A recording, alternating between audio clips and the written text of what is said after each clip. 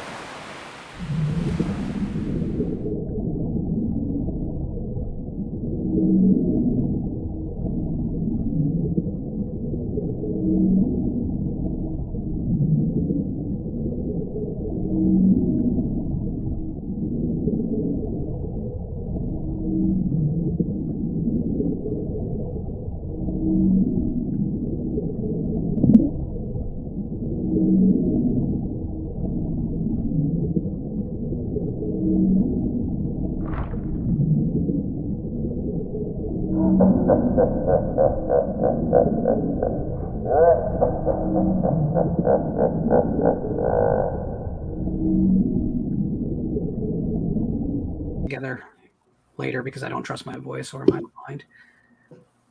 Welcome back to Visited by Voices Obscurity Report. Today we are covering a film from 1989 from Australia called Celia, or in America called Celia, Child of Terror. Obviously, you know which one I love. I'm joined today by an amazing panel of people. Let's start with Sam. And Sam, actually, can you just go around the table? Sure, but later, can you tell me about the rabbits, Lauren? I would love to tell you about the rabbits. Y'all know I was going to make that joke.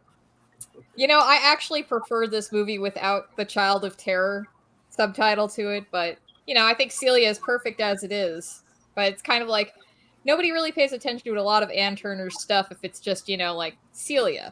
Or later on we have Irresistible from 2006, and this is all, like, very, man, you would have no idea what these movies are about. But I kind of like it that way. It makes you have to actually pay attention to the content. But anyway, along with the rest of the panel, we have Dan Shine from Flesh Wound Features. And Hello. Dan, I have to mention this because, like, Chris said that he knows you're actually part shark because you're on all of the streams, and if you stop streaming, you die. So. I thought you were leading to a John Tenta joke there or something. I thought she was leading to his hat's like a shark fin. I know, but that's how I like low-hanging fruit. So, thank you for being on. How's everything going on there with Flesh Wound Features? It is going fantastic. Thank you for asking. And yeah, I'm excited. I'm a big Aussie cinema fan, so excited to talk about this one. Cool. And then right below, we've got B-Movie Mike. How you doing, man? Better than average, I guess. So Sunday. Well, you know, while you're drowning, doing as good as I possibly can under the situation there, under the circumstances. Yeah. How's your humidity there? Is it 100%? Usually, it's the temperature and the humidity are always fighting for dominance. Like the other day, the temperature was about 108, and then the humidity was like right behind it. Like, you bastard, wait up. So yeah, that's. But it's June in Florida. This is the price we pay for having a great winter. It's like the people in Arizona. They understand that they don't go out in the summertime. They're like, this is the time we stay in the house, and then we go out in the fall and we have fun all winter. And then we go back in the house. So it's like the opposite of up north. You ever get a little bit jealous of their like lower humidity, which is like anything less than 100? Because I'm in that same boat where the humidity creeps up to 100 in a lot of cases. And I'm like, I want some dry desert temperatures. I have been interested. Before I moved back to Florida, Arizona was a possibility just because I wanted to try that out. But I can't help it. I'm addicted to Florida. I had to move back. Yeah, no shame. Well, thanks for coming on. Miguel, thank you for joining us once again. This is super exciting. So, guys, anybody watching Obscurity Report right now, Miguel Yanso from our director of Jesus Shows You the Way of the Highway and Crumbs, both of which are on Tubi. High recommends from me. Miguel, how are you? How's the weather in Estonia? Oh, it's very good, and it's surprisingly good. You know that it's the opposite to Florida exactly. We are kind of frozen the whole year, and now we have our 2 days of summer. So it's wonderful. 2 days? Uh, And what's the rest 2 of it or like? 3. Like, cool? No, I mean June and July it's kind of fantastic. And then Okay. when we moved in August things start to be darker, and then we move slowly towards Mordor, like for the rest of the year. So we are in a full splendor right now. Oh, that sounds much nicer than what me and Mike are dealing with. Well, thanks as always for coming back on. And from live from New York City. I hope he is. I hope he's not frozen. Stone? Awesome. How you been? I'm doing great. I want to move to Estonia now. That's You're because it welcome. has your name in it. Estonia Gassman. I'm doing great. I had a great commentary last night. Did Alfred Hitchcock's Frenzy. It was great doing a 50th anniversary commentary for that, and just to let everybody know, I do audio commentaries every weekend on my channel. But looking forward to talking about this little obscure movie from Australia. I'm a massive fan of Oz cinema, but to tell you the truth, I wasn't really expecting what to expect in this movie, and I know we're going to go into it in a bit, but had a very polarizing reaction to it, but at the same time, not necessarily negative. So anyway, Okay. I'll just throw that out there. Yeah, I think we'll probably also have like a lot of different viewpoints on this, and probably me as well to a degree. Although I've caught up with Irresistible, and then I'm caught most of the other one from '93 that Ann Turner did, Dallas Doll with Sandra Bernhard. Yeah. Which that one's pretty interesting. It's also very on brand for Sandra Bernhard, where she is just going and like sleeping with everybody in this family and trying to destroy things. So I'm like, cool. Didn't she do one with Russell Crowe too? Yeah. Russell Crowe is in the something in the Anvil. I can't think of the full title, but I wasn't able to find that on streaming. Dallas Doll is on the Internet Archive, so if you just Google Dallas Doll, it's pretty much one of the first results that you see on there. It's hammers over the anvil. Thank you. It's a tough one to find. So let's get the elephant out of the room. So it's inevitable when any film is a little bit slower, a lot more psychological, and takes a sort of low-key dream logic that you're going to have people who insist that this is not a horror film.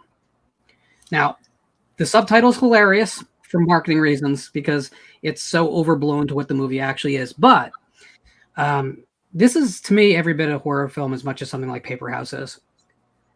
Whereas we're going into the mindset of a very specific person in a very specific point in their life. And we're seeing a world with blinders. And, the monsters are in this movie. They're just not in it very much. There is definitely a sense of isolation from the adult world, which is a hallmark of the horror genre. There's a reason that, even with something as broad as the Nightmare on Elm Street films, parents are either evil, just ignorant of everything going on, or absent. And that's kind of what's going on here, is that the parents, the adults with one exception, which is, we'll get to her,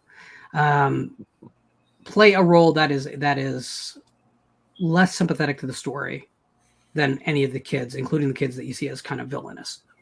But I also want to just say that although this film has all the trappings of being a political film, it actually isn't, which I think is awesome, that this is a film about tribalism, not about any of the politics on display, because while words get thrown around, there's no examination of any subjects or cultural subjects whatsoever. It's really about the impact of that kind of rhetoric and that kind of heightened late 50s, dynamic that was at play in Australia at the time. So I really just wanted to get everyone's impression to start. Let's go for major impressions of how you felt about the film, and then we're going to dig down in. Let's start opposite. Let's start with Stone and go counterclockwise. Can I pass?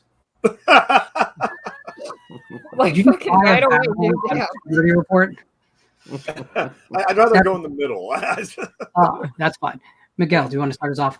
Yeah. I mean, it was for me. It was the first time I watched it, and it was quite interesting because I was expecting to shit on my pants. No, like really, I thought because the first scenes are quite scary, and I thought it was going to be a monster film but then I discovered it was more like a coming of age summer adventure film. So I like that vibes very much. The way it's filmed, with all this like friends and the world of the children and the world of the adults. That this is where the movie is about. And my first impression, and then the movie start dragging me in and say like, okay, what's going on here?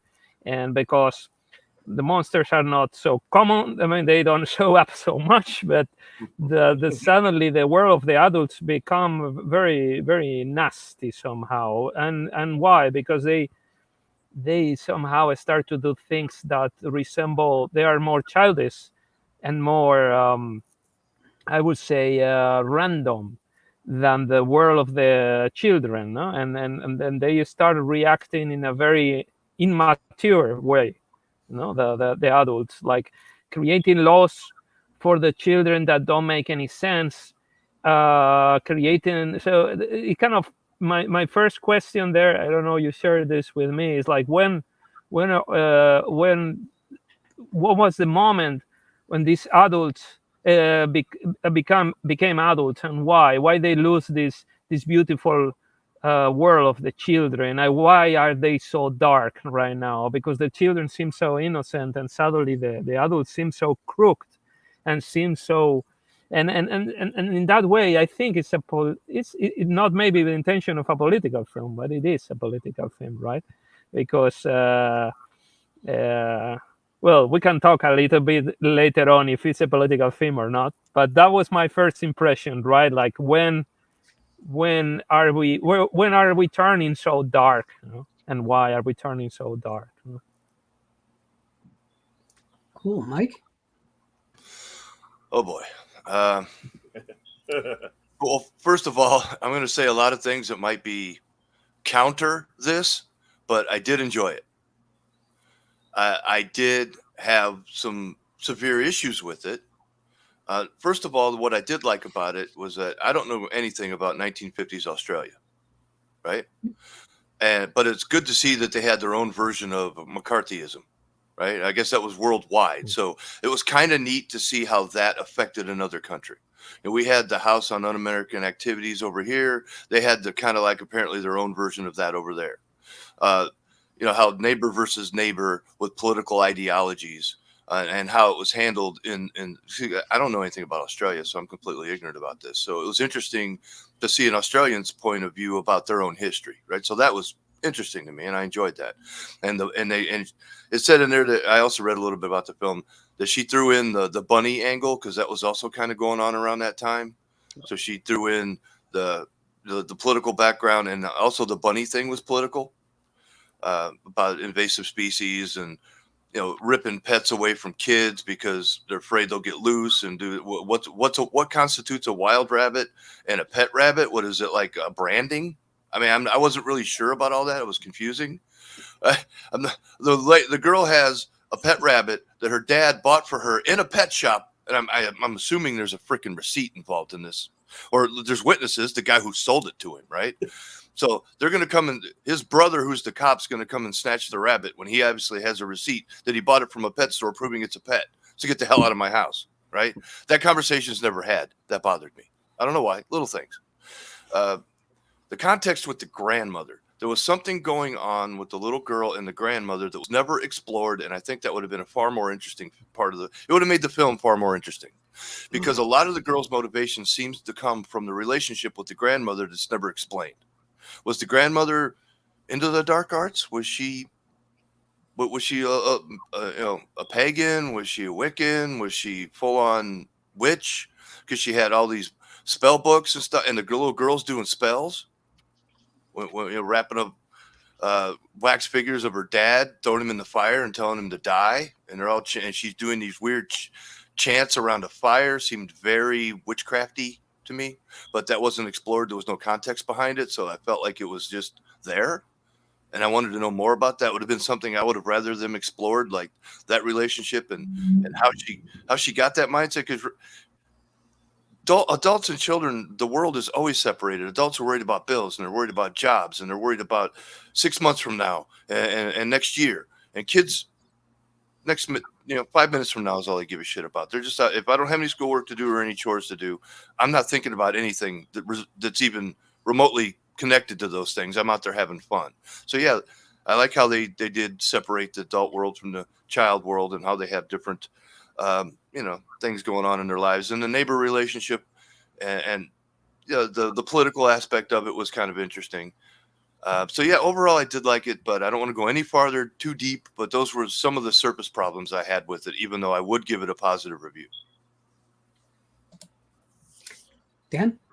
Well, I am a huge fan of Australian cinema, and this was a pretty unique time for Australian new wave cinema. I'm glad we're talking about this one because Celia is a film that has gotten almost no attention. I think a lot of people just expected a Bad Seed knockoff. I mean, that's how they kind of marketed it out here, and that's what I always thought it was until I actually saw it. I love this film. I think it's a shame Ann Turner didn't have a greater career. 1989 was really important in Australian cinema. Jane Campion made her first film, Sweetie, which, if you haven't watched that, that's an amazing film that should be on everybody's list. Also kind of deals with family dysfunction. I think this is just fantastic. Whatever you want to call it, or whatever genre you want to pigeonhole it into, I don't think really matters to me. I think it's about the aloof parents and the damage that they unconsciously inflict on their children. And I felt the lead role amazing. Around this time, child actors, they could really sink a movie. But I thought Rebecca did an amazing job in this. Still working, I believe, which is cool.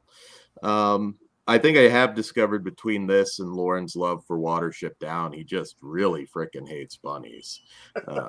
I'm waiting for Night of the Lepus next, Lauren, to tackle that just one. The opening prologue. But yeah, no, this one hit me in the feels. This wasn't my first time watch. I have watched it before. I was really happy when it came out on that full car set that Severin put out, and yeah, I can see why it splits people. Certainly, I think when I first saw it, it wasn't what I expected it to be.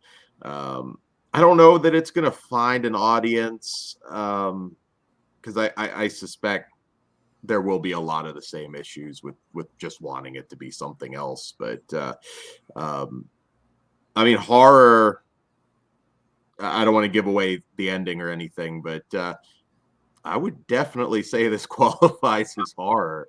That's a gut punch where this story goes. And for me, that build up and the execution I thought was just perfect. So a lot of people may disagree, but I absolutely personally consider it a horror film. And I kind of wonder if this one had some inspiration on the Babadook to a certain degree. I definitely think it did. And I've got more to say, but I won't keep going on. I'm obviously a fan of it. Sam? I liked it, and furthermore, what Dan was saying about aloof parents in this, you can see that in Celia's relationship with her grandmother. And also, Celia doesn't seem to really be that close to her mother. It's sort of like she's closer to other females in her life, but you don't really see a lot of interaction between her and her mom. And you see her develop after Celia's grandmother passes, and that's how we open the movie. Celia develops a bond with the neighbor lady Alice, who played by Victoria Longley, and she also shows up in Ann Turner's Dallas Doll as well. So it was, that was really fun to see her back. I think she was a very great actress. I believe she passed away in 2010.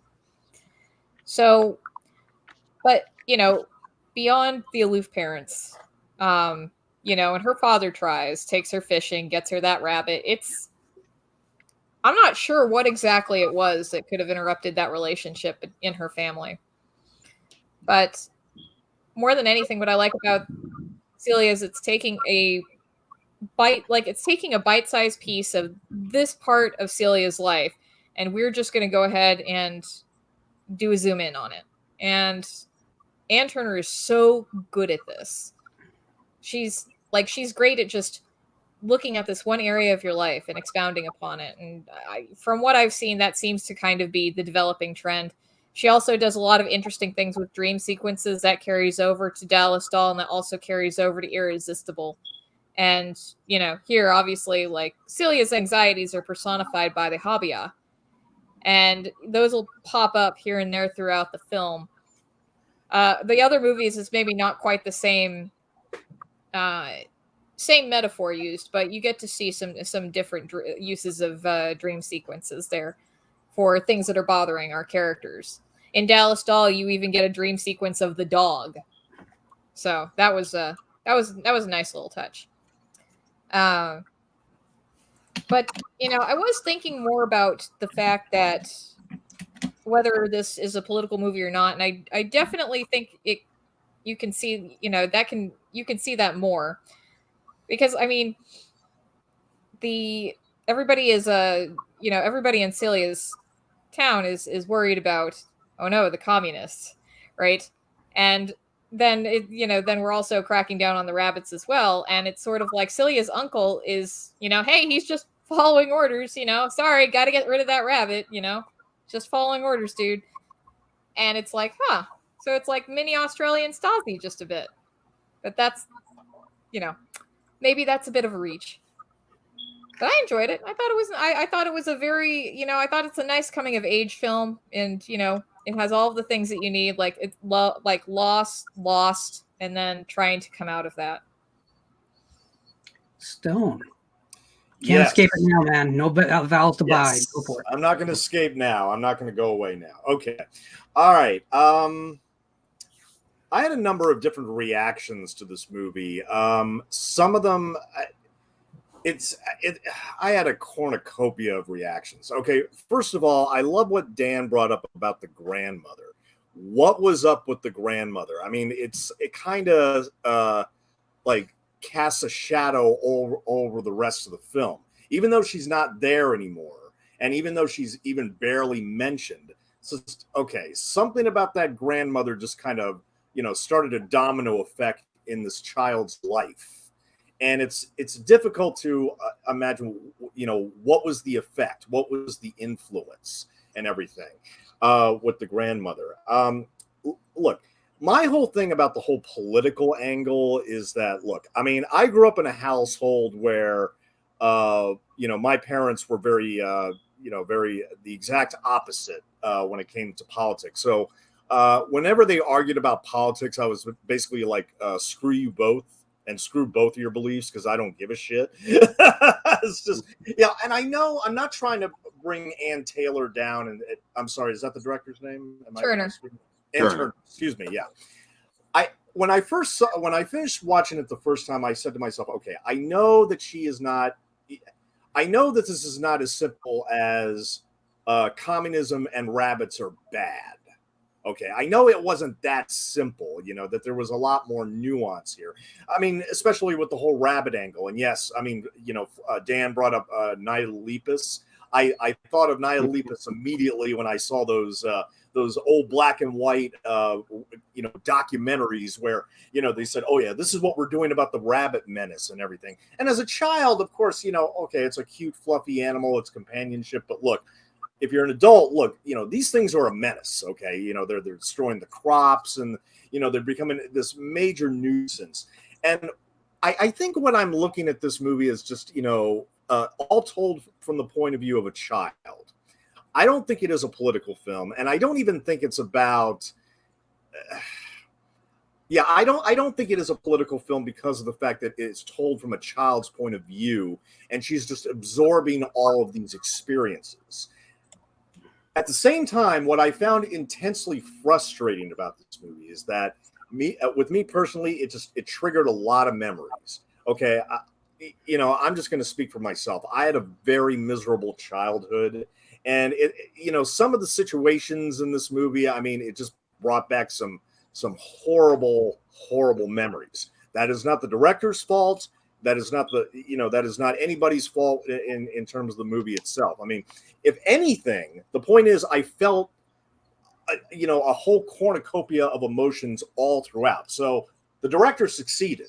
The director succeeded in making me feel something, whether it was negative or positive or neutral, everywhere on the spectrum. I think this is a coming of age movie with folk horror elements. I think that it's basically, showcasing, that, look, I'm sorry, I hated practically every adult in this movie. I hated practically all of them, maybe with one or two exceptions. But I mean, when they talk about, oh yeah, the communisms and, they're brainwashing you, it's like, well, the church is brainwashing you too. The local school is brainwashing you. I mean, come on. I hated all the adults and all their BS in this movie because they're so hung up on politics and raising their kids and everything. Like just let them be happy, okay? You don't have to resort to, and here again, going back to the whole parental abuse thing where, all the spanking and everything. Look, I get it. Back then, it was a different time, with this type of punishment and everything. Look, you can't get down on a child for having a very active imagination. You can't get down on a child for just wanting to be happy and have friends because they're just playing around. It's not like they're getting together and talking about how bad our parents are because they hate communists or something. I mean, I had a weird, wide reaction of reactions and emotions to this, and to tell you the truth, I can't say I enjoyed it, but I can't say I disliked it. I mean, I'm very, very, very neutral on this. I mean, here again, it's not the director's fault that, horrible memories were triggered while I was watching it. Yet at the same time, I don't think I ever want to see this movie again. With all due respect to the writer and director. Hell, I'd be more than happy to check out some of her other films. I don't, and one more thing I wanted to say was about the advertising and the marketing with the Child of Terror BS. That to me reeks of desperation. It reeks of desperation so badly because, look, the movie bombed in Australia, sadly, but true. It bombed in Australia. And despite the fact that there was significant critical praise for the movie, especially in the United States, I mean, this is a tough sell to any audience. I think this is a really, really tough sell. I mean, politics aside, I just think it's a very, very, very tough sell. I mean, the one thing I can definitely say is I do think the little girl was terrific in it. I do think she was absolutely great. I mean, I always hesitate when it comes to criticizing child actors because of their lack of experience or anything. She was really good, and she, got me through this movie and everything. So those are my 2 cents. I'm looking forward to any additional insight from Lauren here. So I'm not going to start where you expect me to. So there was a moment in the really early 90s, whereas a lot of the legacy video stores were having to really deal with the influx of national players on the scene. Your early West Coast videos and your Blockbuster starting to invade towns. And in a town that had 3 or 4 video stores, or a geographical area, not necessarily a town, but someone always lost. And as the 90s grew on, those that couldn't afford to update their entire libraries to DVD and were still trying to rent VHS were really left in a position where they were going to die. And the bad side of that is we lost video stores. The good side is you got to buy movies that were either out of print or were $95 to begin with. So I went on a absolute killing spree of those stores whenever one was going out. I didn't want to lose those movies from my life. And I was buying a lot pretty cheaply, and it was going in boxes. And over the years, some of the stuff, hey, DVD came out, I don't need the VHS anymore. Maybe that's a mistake now from a collector standpoint, but I care about the movies, not the packaging. But anyway, one of those movies I picked up during those days from a store that was closing in Califon, New Jersey, was Celia. So Celia's been with me a long time. But here's the thing. Celia went into that cardboard box without being played for many, many years. Because there was just so many movies that I was buying dirt cheap from those dying stores. When I eventually got around to it, I was going through a period whereas I was actually in a weird place with horror. I've gone many times in my life to the point whereas the commercial stuff just completely disinterests me.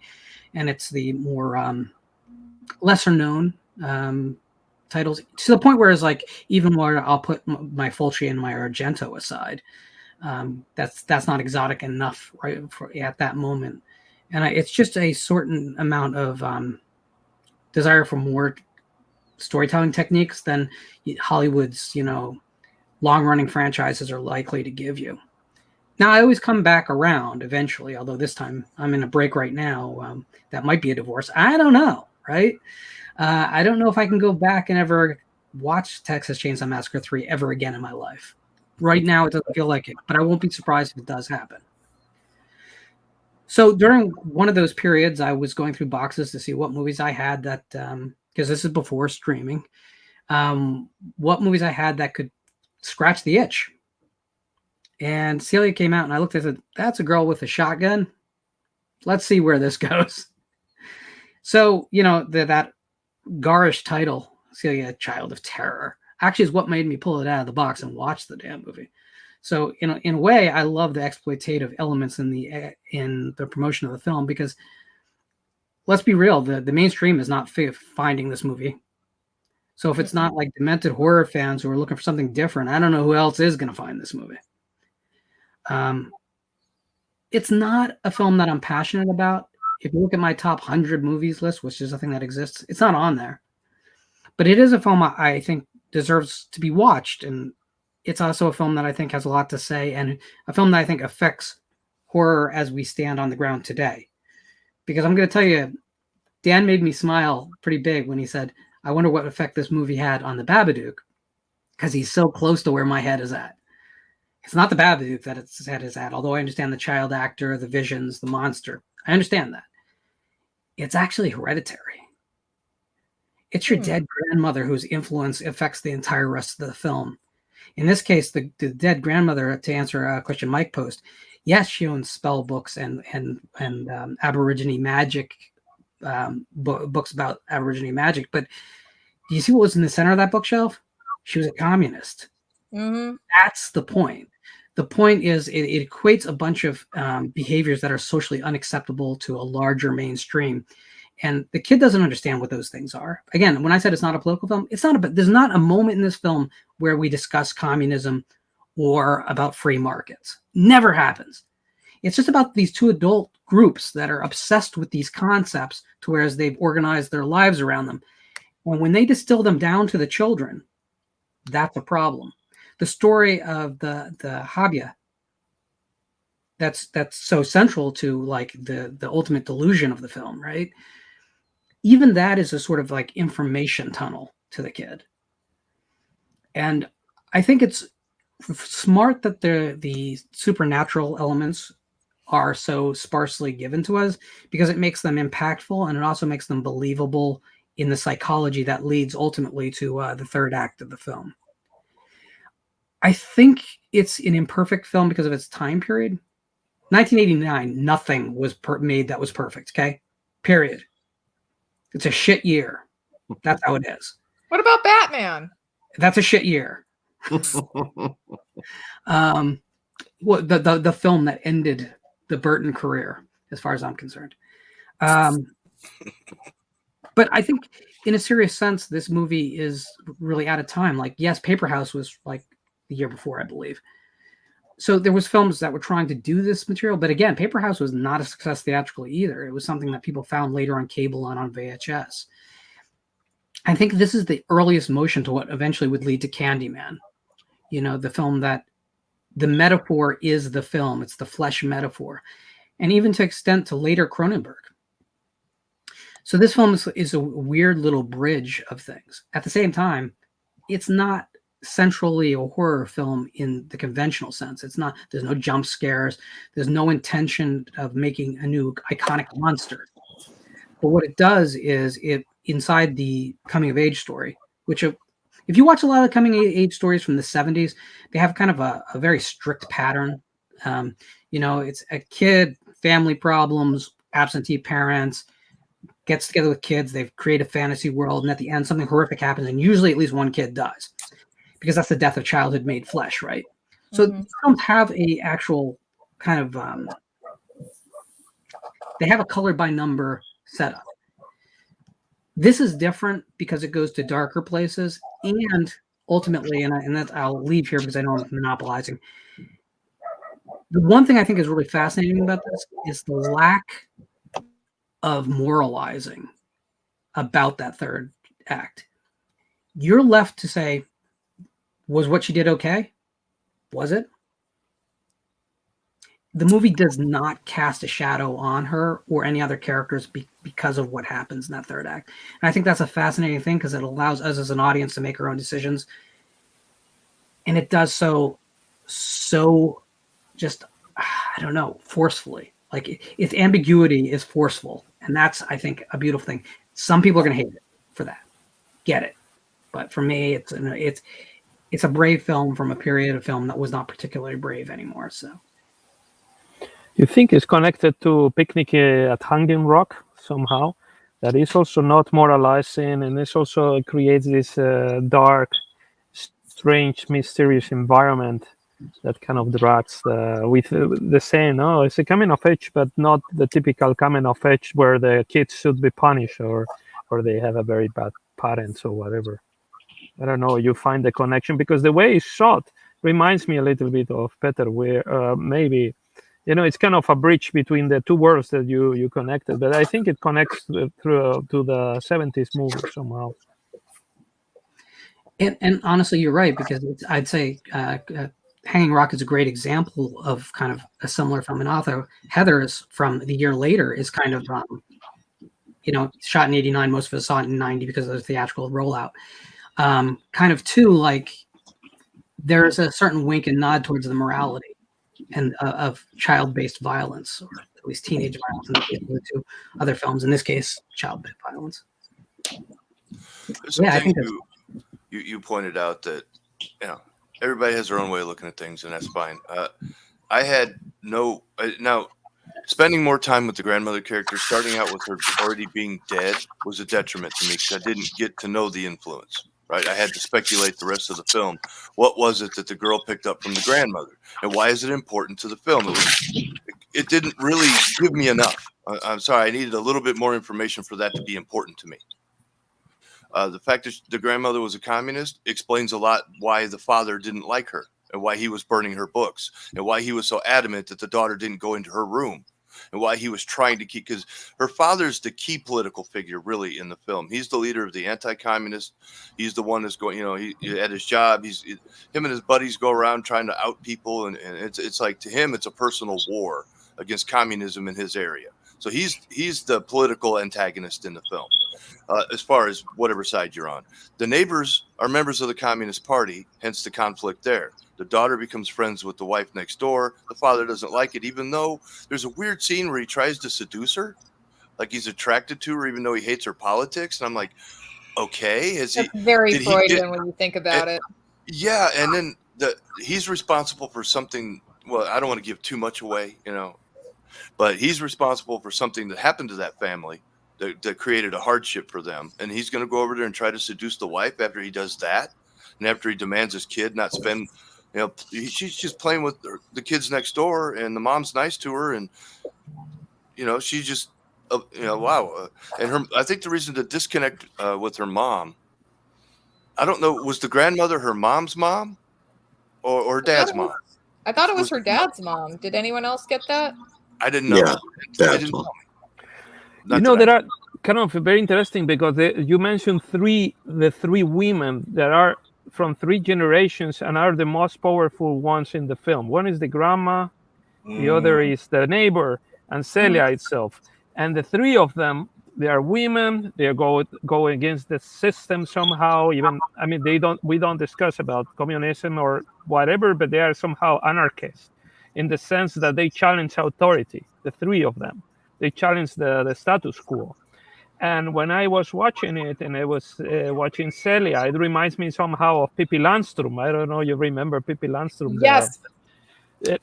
So Thank you it's for somehow reminding me. yes, it's somehow a challenging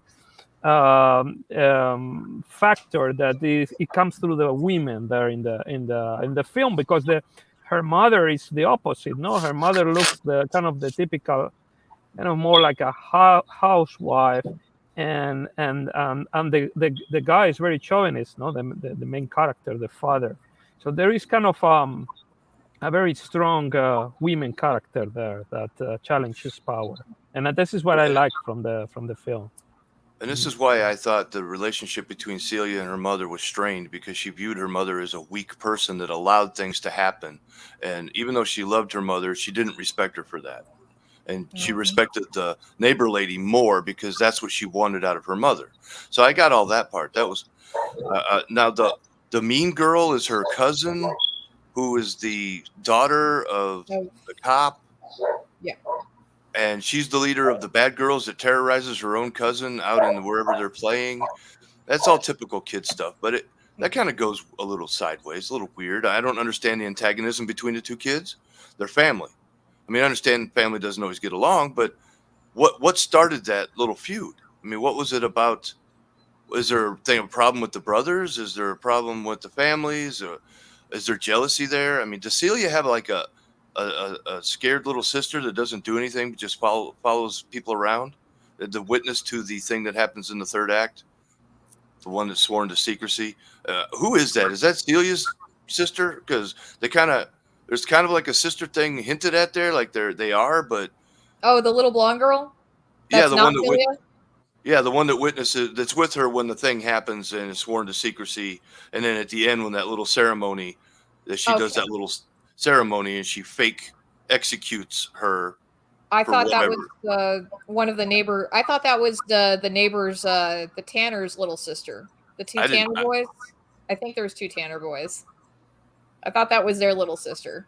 I don't know. I don't even remember. I mean, that's what I mean. The film to me was it was very well shot. I think for a low budget flick, it was lit well. It was acted well. I mean, all the technical aspects of it were great, and the script actually won an award in like 1985. So it was cool that the writer of the script actually got a chance to direct her own script in 1989. I mean, I think that's great and that's important. I wanted more information. It was too, in order for me to care about these situations, yeah, I have to have a little bit more info. There's a lot of missing context that I think would have made the film a lot better for me.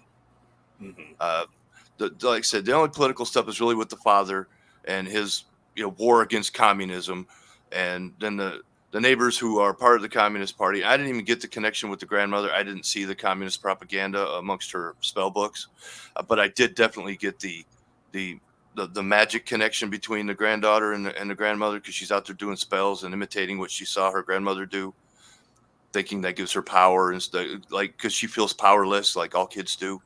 I mean, they're just lost in the adult world, and especially back in the 50s.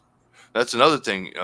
We're trying again. I try not to look at things in the past with modern eyes, because you'll fail every time.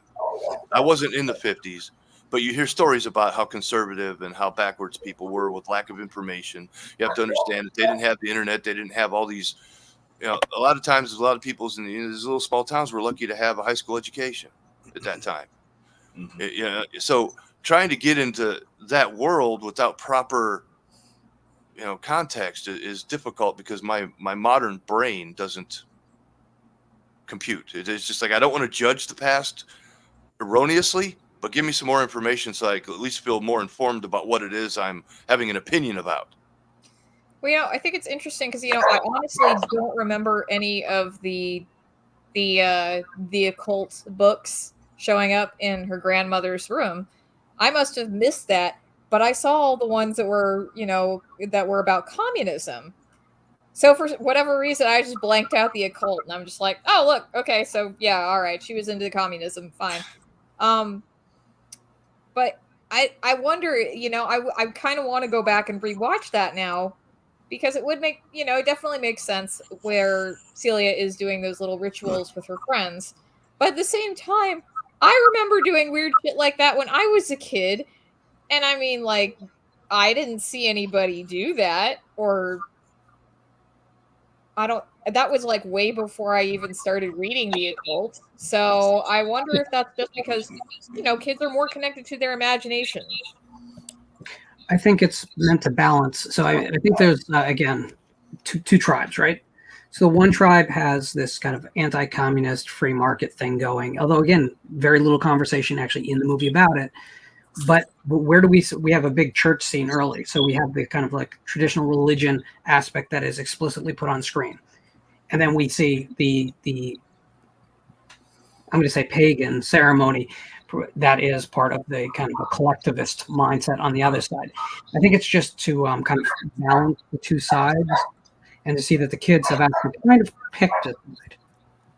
At least her group of kids has picked the side, right? I just kind of felt it was like hero worship. Like her grandmother was her favorite person in the world, so she emulated what she did.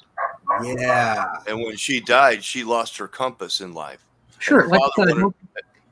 And her father wanted to destroy everything that she held sacred. Everything about her grandmother. He just wanted to. He's burning the books. That's like an old school metaphor. They're burning records, they're burning books. Fascism. Fascism, yeah, right. So he's going fascist to fight communists, and it was just like, but it was really kind of weird. It was like, whose mother was that? Was that his mother? Was that the wife's mother? Why isn't the wife's mother pissed off? Why isn't his wife pissed off? Because his mom. He's destroying her mother's stuff. That's never brought up. Nobody ever says anything about what he did.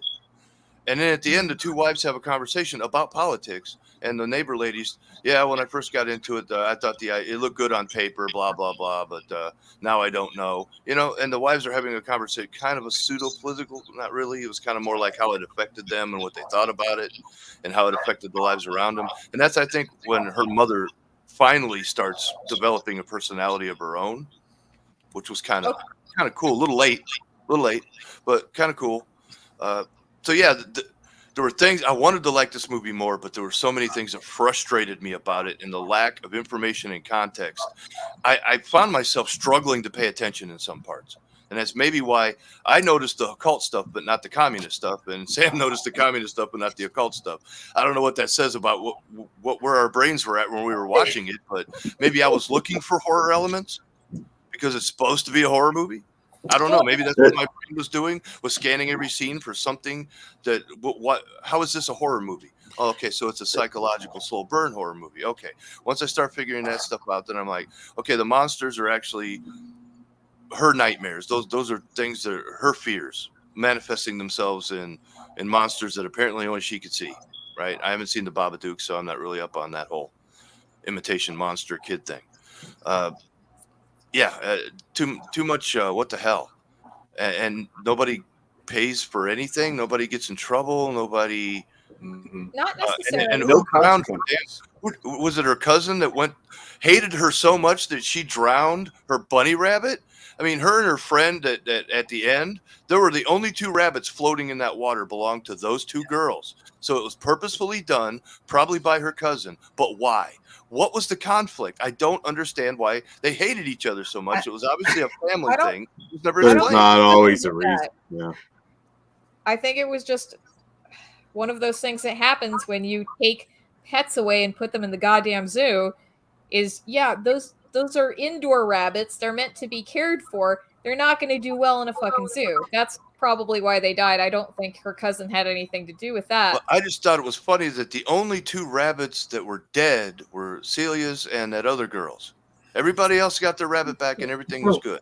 So, okay, I'm just going to jump in here. So it has to be related to something. You know, that can't be just like, oh, well, it just so by circumstance, you know, it just has so happened that those were the 2 rabbits that died.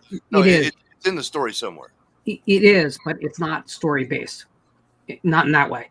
So again, like there's a template to a coming of age story, and there's usually a sacrifice, something that's held very deeply to that character who's coming of age.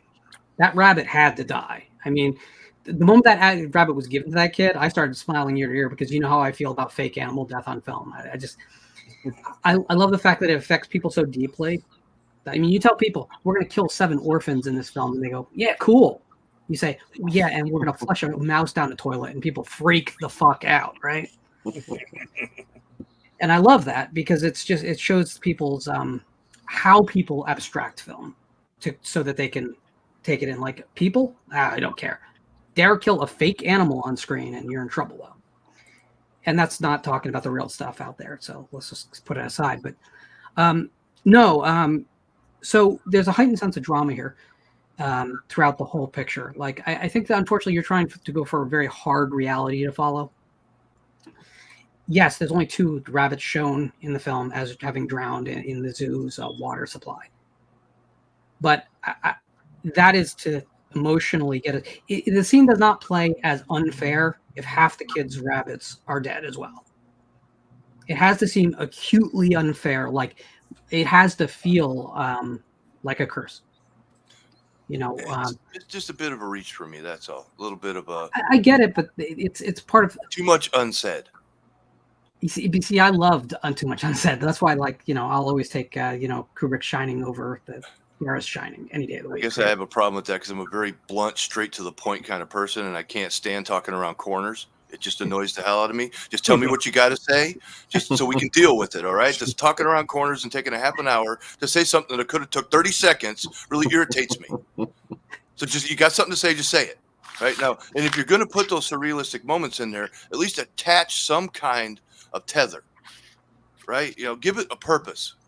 Don't make it so random. Well, so because you see, I see the girls go in there, and the only 2 dead rabbits are the rabbits that belong to the main protagonist and the sidekick.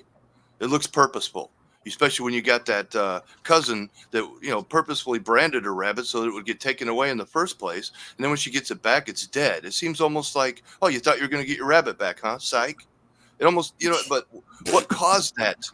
I don't know. There was just, I guess maybe it tried to be either it's smarter than me or it tried to be smarter than it was. I mean, it was capable of. I don't know, but there's a missing element here in this film. I don't think either of those things have to be true. I think that it's just a type of storytelling that doesn't connect as well with you. Exactly. I mean, that is the main problem. Is that was my big disconnect with this film was the storytelling aspect of it. Yeah. The context. As an addendum to that, because I actually do agree with a lot with what Mike is saying. Here's one thing I like a little bit more clarity on, without giving away the ending. Okay, when she gets the shotgun, does she do that out of revenge, or is her imagination just running away with her, or is it meant to be one or the other, and the writer and director wants us to come up with our own interpretations about it? It's the convergence of the flesh metaphor and the plot.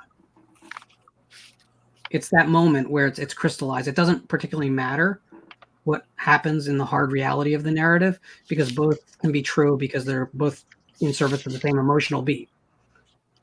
So bouncing off of that, actually, I wanted to kind of pose this question. So we see Celia having these visions of the Habias, especially every time that she has some sort of anxiety going on. So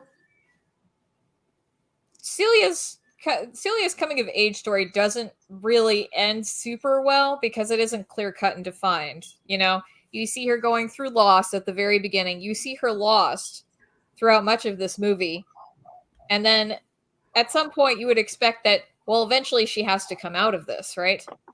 And although at the end we still see that she's holding on to her childish ways of dealing with the world, like using masks and doing the spells and whatnot, and playing pretend in order to deal with things that have happened in her real life. Rather than those Habias being those anxieties, right? What if those are darker pieces of Celia?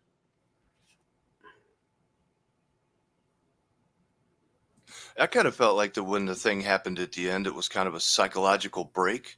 That was when all of the things that had been stressing her, finally she snapped, and the her fantasy world and the real world combined for a second. So in her mind, everything she was seeing was real, even though it was in her mind, because she had snapped and she couldn't separate.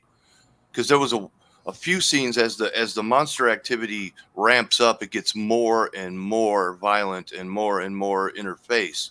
It's like that's her. Is that her her loss of sanity creeping in? That and then finally she just, after all the stress and all the things she's dealt with, she just snaps, grabs the shotgun and does what she does. I mean, and then what she sees is just in her head, but she's not in her right mind at the time. And then at the end, she's dealing with what happened. But the person that it happened to is so close to her. How can this not be a constant reminder for the rest of her life? It's not like a stranger. It's not like somebody that'll never be spoke of again. It's not something you can just sweep under the rug and hope it goes away. And that's you have kind a of witness. why. You have a witness that you're just obviously is not very strong and would break easy.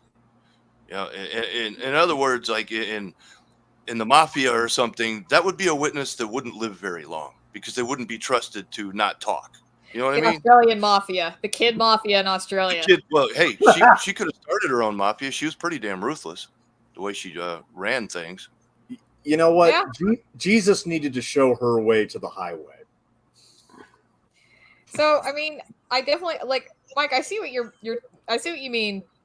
I'm just kind of like, that's why I'm kind of wondering, again about the Habias, because it's sort of like when we get to the end of the movie, I'm kind of questioning, Celia, hun, I think you might be a sociopath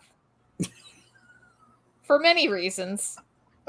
So I mean, I feel like she didn't make it out of the transition into the next stage of her life, and I'm like, oh, this is not going to go well. Well, coming of age stories are not about redemption.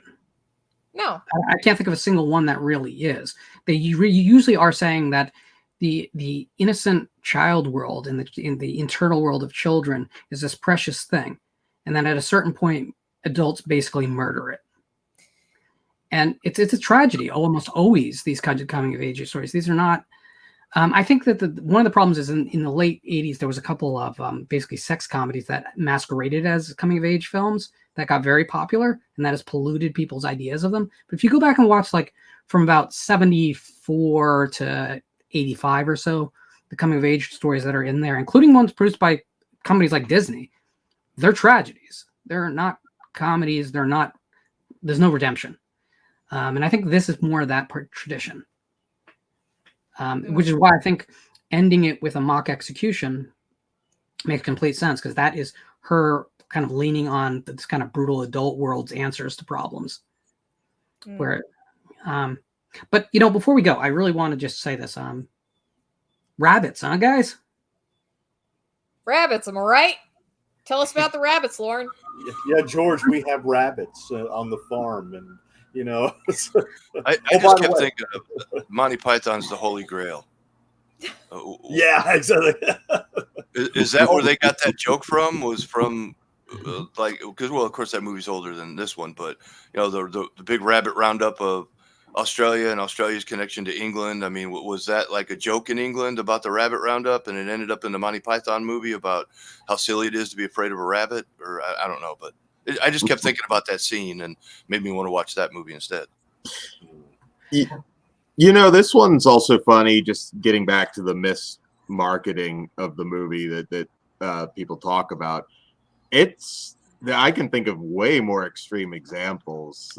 Cutthroats 9 was a Spanish Western that they gave out terror masks at the theater and made you think it was a slasher movie. So that was pretty common, particularly Italian films in particular. And I got duped big time in the 80s. There was a movie came out called Screamers, and the tagline was, "You'll see a man turned inside out." And it was Island of the Fishmen that had been retitled. Sergio Martino. I love that movie, though. Yeah. But you can imagine me being about 14 years old, going into a theater, wanting to see a man turned inside out, and I get Fishmen. Like, what the hell is this? Yeah, that was. I thought you meant Peter Weller Screamers. Yeah, right. Yeah, because when I saw that movie, I was just like, it reminded me of being duped, and I got pissed off all over again. But the biggest screw job would have been Night of the Living Dead, because it was sent off as Night of the Flesh Eaters. And then it was retitled by people outside of the filmmakers. Yeah. And they didn't even get the copyright for the new title, which is why it went into public domain. Everybody got screwed because the distributor thought they should change the title, but they didn't notify anybody. That happens all the time. How many, like Italian films, really? How many different, a movie can have 5 different titles in different markets? It's just kind of the way it was. There's another one, Meat Cleaver Massacre. There's not a whole lot of Meat Cleaver Massacre going on in that movie. Yeah, no, very, very. No meat cleavers, no massacre. Christopher Lee was shocked to know he was starring in it. So let's go around the table with final thoughts, and you can give this thing a grade however you choose to. Sam?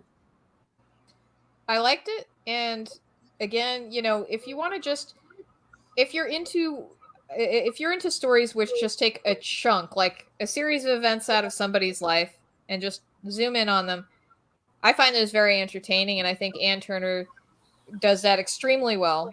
I would recommend this, not, if you're looking for something that's horror related, it's more of a C for me.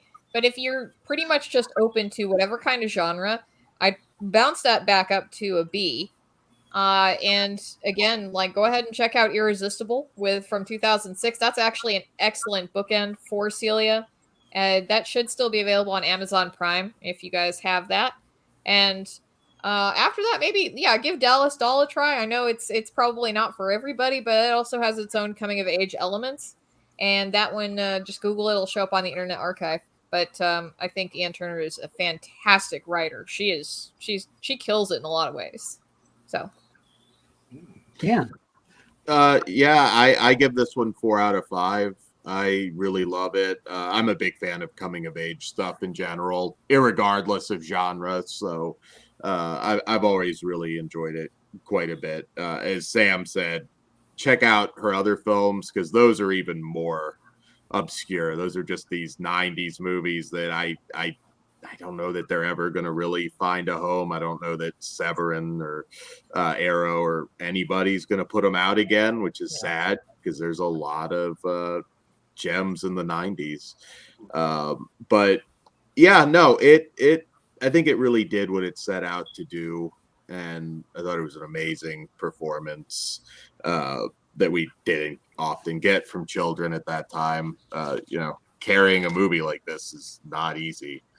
I don't know who I would recommend it to. I guess we can just leave it at coming of age tale, and I think it's a very good one. Mike? Well, it's a period piece because it's set in the 50s. That's a hard sell for a lot of people. That doesn't bother me.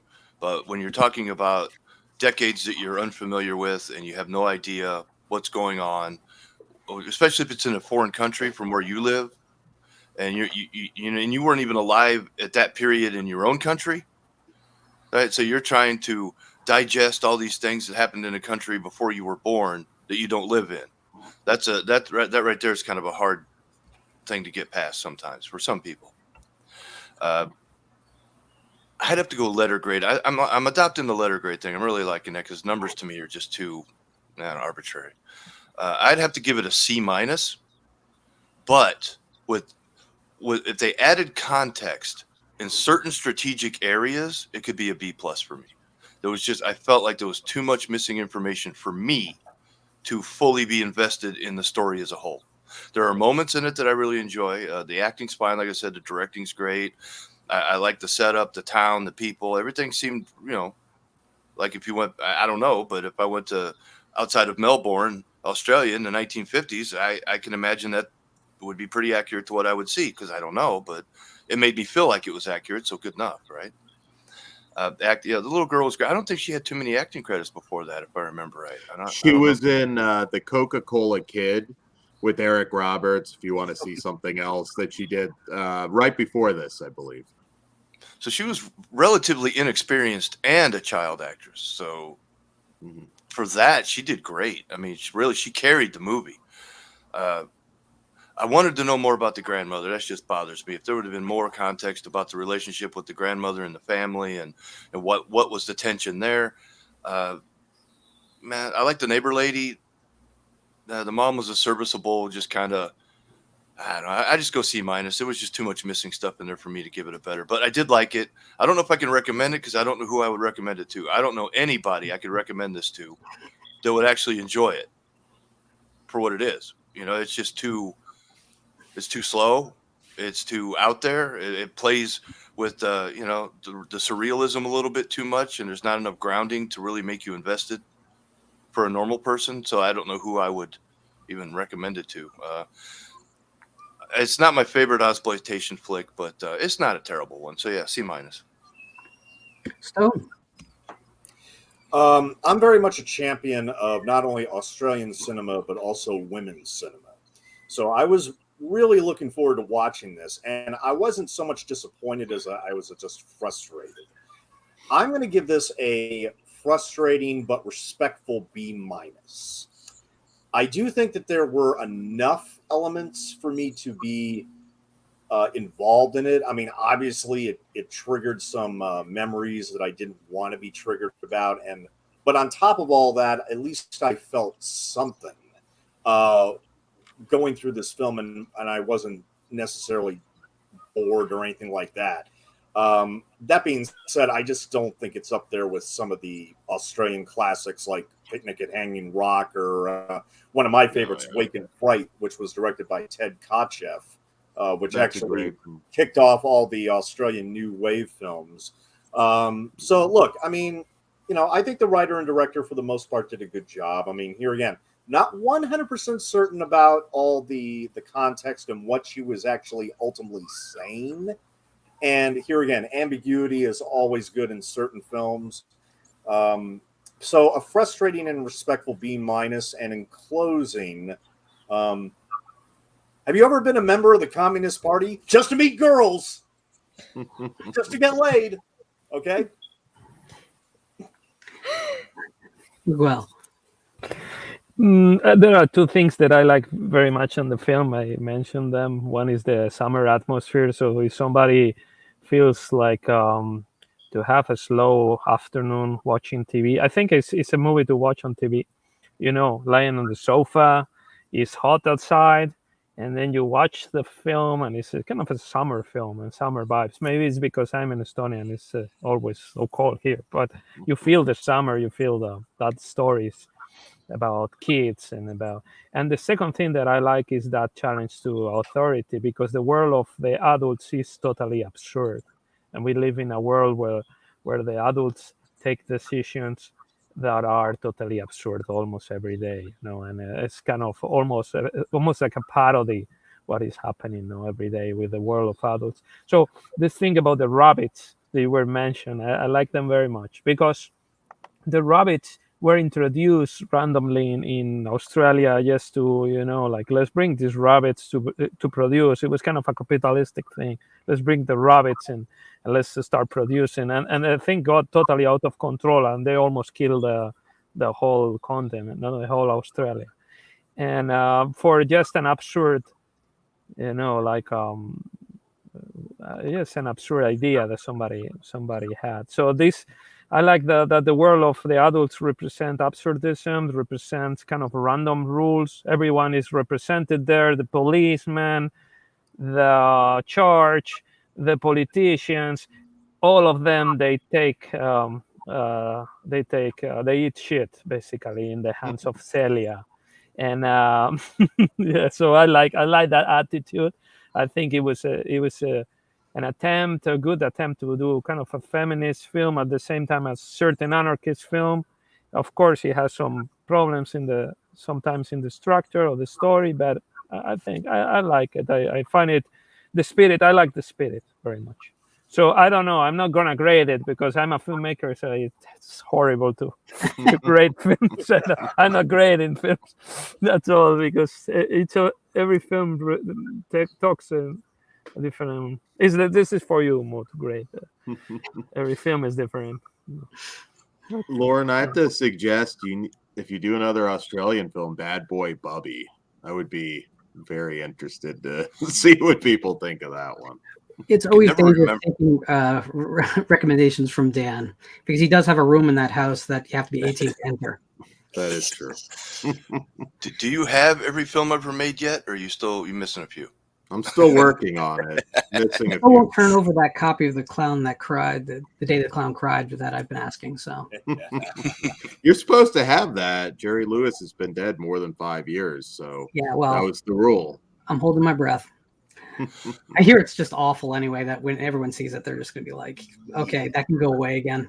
I just wanted to add one more thing about the adults and the children. Okay, having been a child, obviously, and now being an adult again, obviously, and also a parent, I've kind of experienced all of these things from every point of view.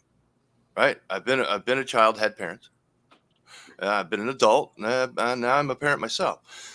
Kids live in a world that's unsustainable. It's a fantasy world that they need to have in order to develop and deal with the real world. But as a parent, it's your job to get them ready for the rat race that is the adult world, where nobody cares about you. Your parents love you. They don't. And these are conversations I had to have with my son. I love you. I'm your friend. Because I feel like you have to be friends with your kids when they're young. Otherwise, how are they going to know how to be friends, right? They have to learn how to deal with people from some kind of example. You can't just turn them loose and then hope for the best, right? You kind of guide them, right? That's your job as a parent. And if they're a failure as an adult, you kind of have to shoulder some of that blame, because what did I do wrong? Because it's, I listen to a lot of clinical psychologists, and they say between the age of 0 and 4 is the most important developmental cycle of a child. And if your child isn't very social and other people don't like it, by the time they're 4, they're going to have a really hard life. And it's your job as a parent to make sure that they're ready for those interactions. And that means you're going to make decisions and do things that they don't like.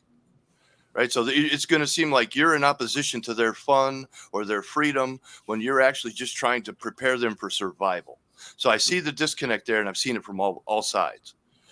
So to say one's evil or one's stupid or one's this, it's just life. It's just the natural cycle of life. You are a child, you become an adult, you get married, you have kids, the cycle of life.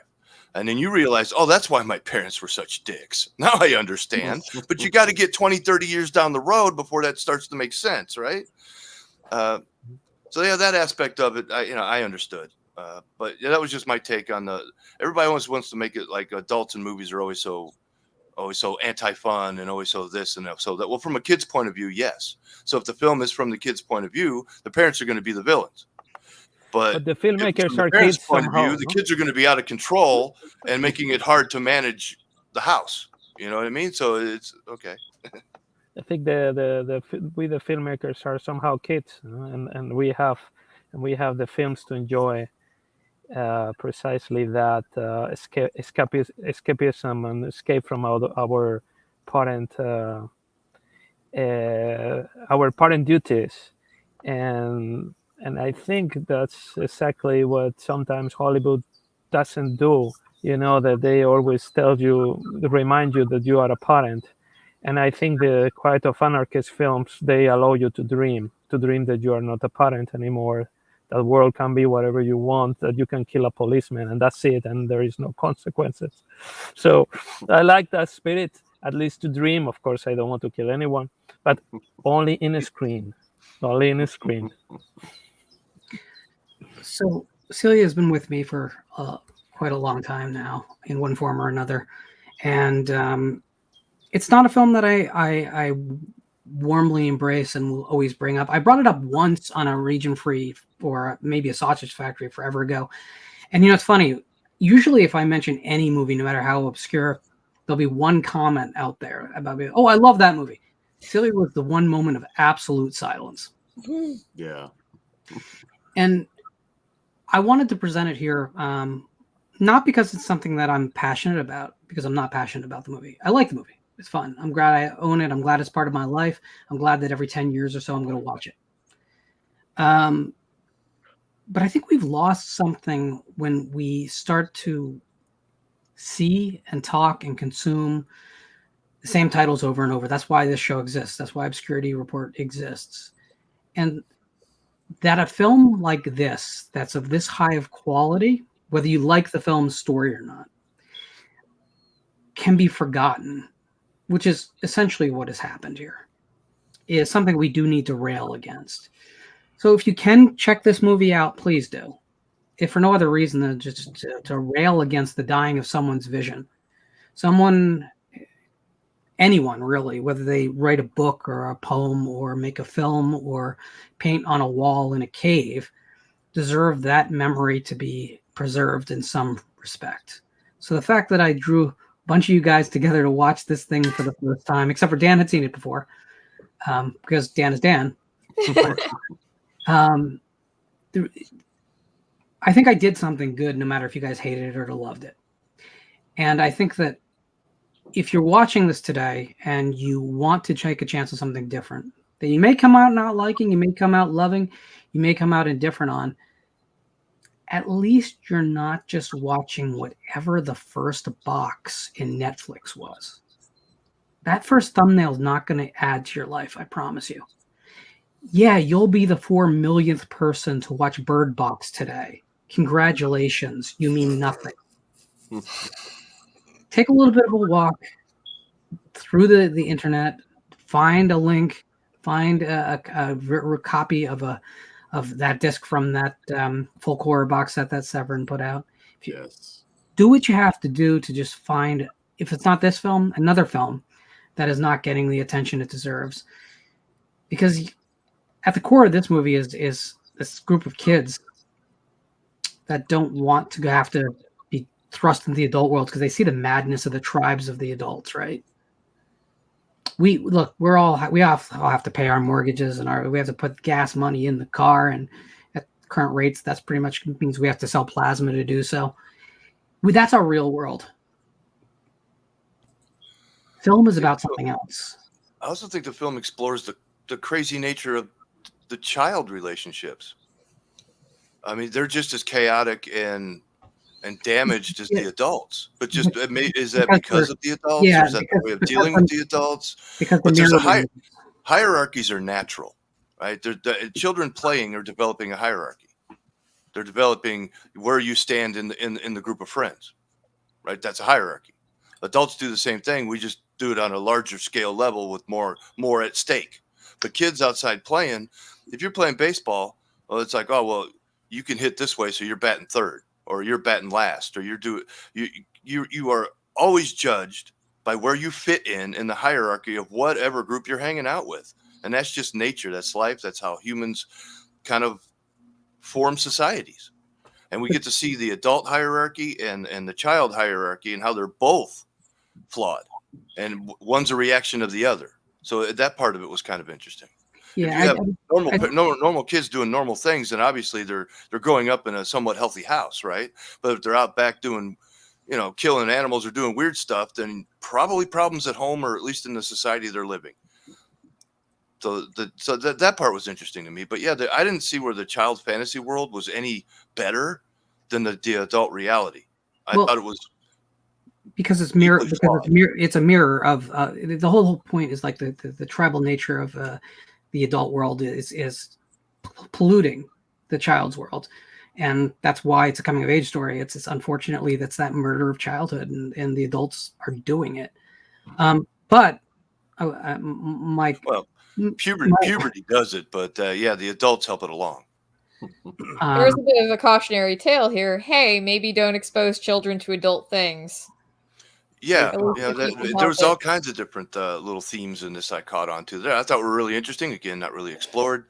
There's another film that just came out recently that I would highly recommend, but it has the same problems, and that's Phil Tippett's Mad God. I wanted to get that in there. Visual feast. I mean, oh my God, the art is just amazing. The story, you took you 30 years to make this movie and you couldn't come up with a more cohesive story than that, Phil. But it's beautiful, baby. It's beautiful. I see why you got so much work. Although I'm not a big Harryhausen fan, I've always had a disconnect because it never blended well for me. I like those films, but the animated action figure thing, trying to with the live action, just never really worked for me, even as a kid. Although I enjoy it, I don't take it. It's not. It is what it is. Right. And so all his work is based on like the Harryhausen stuff, but he also developed Go Motion, which was going to be used in the first Jurassic Park, but then they just used it for an ILM sketch pad. Right. Okay. Recreate that with CGI. So Phil Tippett, very, very talented, needed a little help with the script there, but otherwise that's going to be another one that might be on a future Obscurity report if we're still alive in 20 years. Right. But that's why I like doing this show. We get to find movies that sometimes they're diamonds in the rough and sometimes they're petrified turds. Celia is not a petrified turd, but it's not a diamond. So it'd be very hard to recommend because it's not one of those I can go, oh man, you got to see this movie. I have no reason to say that. So it's a turd in the rough. No, it's between a petrified turd and a diamond, right? Maybe it's a diamond with a little. It's on its way to turning into a diamond. It's a little rough around the edges right now. It's a diamond encased in a turd. How about that? And you just got to clean it off to expose its true value. I don't need the diamond that badly. Exactly, which is why I can't recommend the film really. So I liked it. Fuck but diamonds, huh? Who wants a diamond having in your table a big turd? Like, as an asterisk, I think that Celia is available on a Severin box set, as mentioned earlier. But if you want to get a single Blu-ray of it, Second Run put out a Blu-ray of it last October, which has a 2K restoration and a new exclusive hour-long documentary on the film's background and legacy by Ann Turner, another interview with her, as well as There's Something About Celia by Alexander Heller Nicholas, author of 1,000 Women in Horror, in conversation with Maria Lewis at the Australian Centre for Moving Image in Melbourne. And it is region-free. It will play on any Blu-ray player, ABC, no matter. So I can't say if those bonus features are on the Severin box set, but if you want to get a single Blu-ray of it, Second Run did put it out with those features on it. Yeah. It also has good archival docs on the rabbit muster. So if you want to see a little more about the history that factored into this movie, it's an excellent additional context would be welcome. I would suggest watching it for free first, and then if you like it, buy it. It's one of those try before you buy movies. And if Lauren could put that link to that archive where I watched it for free in the video description, I don't know if you can or not, but I would definitely say, if you're interested, anything we said makes you interested in watching the film, watch it free. If you like it, the purchase is your decision. But I can't recommend a purchase, but I can recommend if you're interested, check it out for free. It's not horrible. Just if I could finish my final thoughts on the film. Of course, sorry. Which is just that art exists in a place whereas we're allowed to be the children that we lost being. And that's the connection this film has to the greater experience of going out there and finding films from voices that we perhaps otherwise would get buried in the normal rigmarole of our regular lives. Somewhere between the fast food wrappers under the seat of your car and that radio station that doesn't quite come in right, there's your childhood. And there's all those moments of wonder before your world was completely settled. To me, this film is a B, just a straight B. It's not an A. It's not something I'm telling you you're going to lose out in life if you don't see. But it does represent something to me and a time period in art and in a film that we've lost too much of, where real statement, real creativity, and a real sense that you could do anything on film. Even just killing a rabbit on a fake rabbit on screen is something that probably wouldn't be done today because we might hurt someone's feelings. Well, we need to hurt some feelings sometimes to feel real emotions. So I really do recommend if you can search out Celia or something like it, In the meantime, any final thoughts, guys? Be And kind I to will want rabbits. to kiss him and hug him and squeeze him and call him George.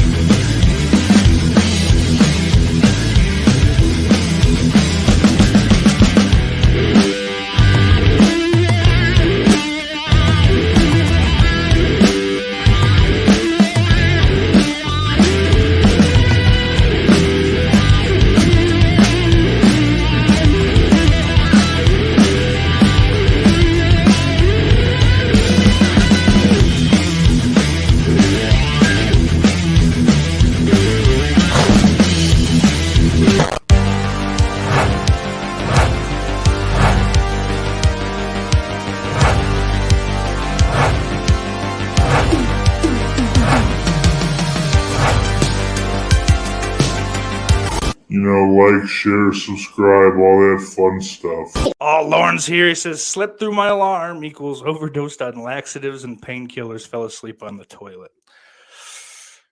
Damn you, Lauren. You know me so well. I watched like 3 movies from 2021.